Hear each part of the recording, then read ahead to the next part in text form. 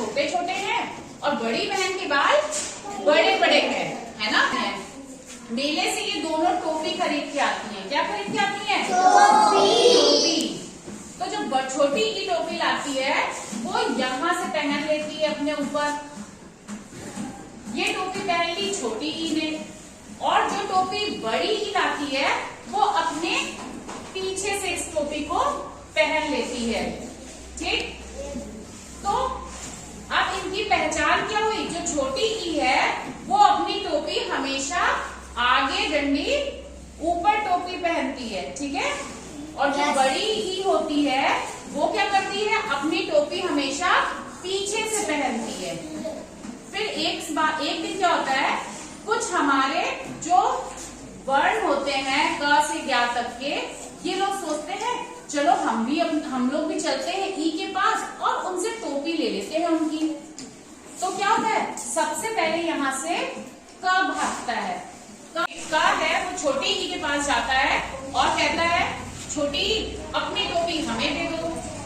तो जब छोटी ई बोलती है अच्छा ठीक है अपनी टोपी हमसे टोपी ले लो, तो ये टोपी कहाँ से पहनेगा? आगे से या पीछे से? आगे से। क्यों?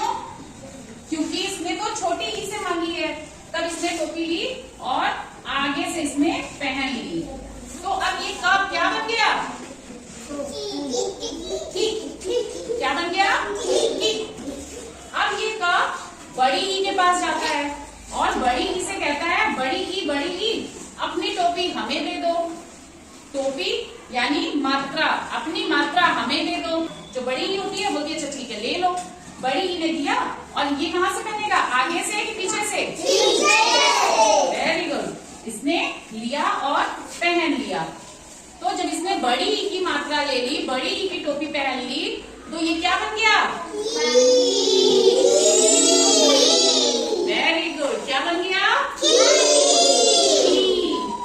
ये सब देखकर जब देखे कि अरे वाह तो वहां जाके सीख गया। ये सब देखकर यहाँ पे जो वर्ण थे ये सोचे चलो हम भी चलते हैं। यहाँ से दौड़ा दौड़ा चा भागा। चा गया छोटी ई के पास। छोटी ई से बोला कि छोटी ई हमें भी अपनी टोपी दे दो, यानी हमें भी अपनी मात्रा दे दो।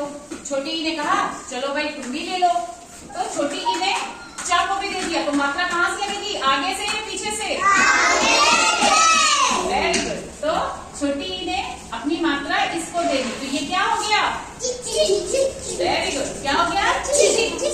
फिर यही चा बड़ी ई के पास गया और बड़ी ई से बोला बड़ी ई अपनी मात्रा हमें दे दो। तो बड़ी ई ने कहा ठीक है, इसने बड़ी ई की मात्रा ले ली। अब ये बड़ी ई की मात्रा कहाँ से पहनेगा? वेरी गुड, पीछे से। तो इसने मात्रा ले ली। अब ये क्या बन गया? बहुत अच्छा। तो इस तरह से छोटी ई की मात्रा जब किसी शब्द में या किसी अक्षर में लगती है तो उसे हम धीरे से पढ़ते हैं। जैसे क में लगी तो की, च में लगी तो ची।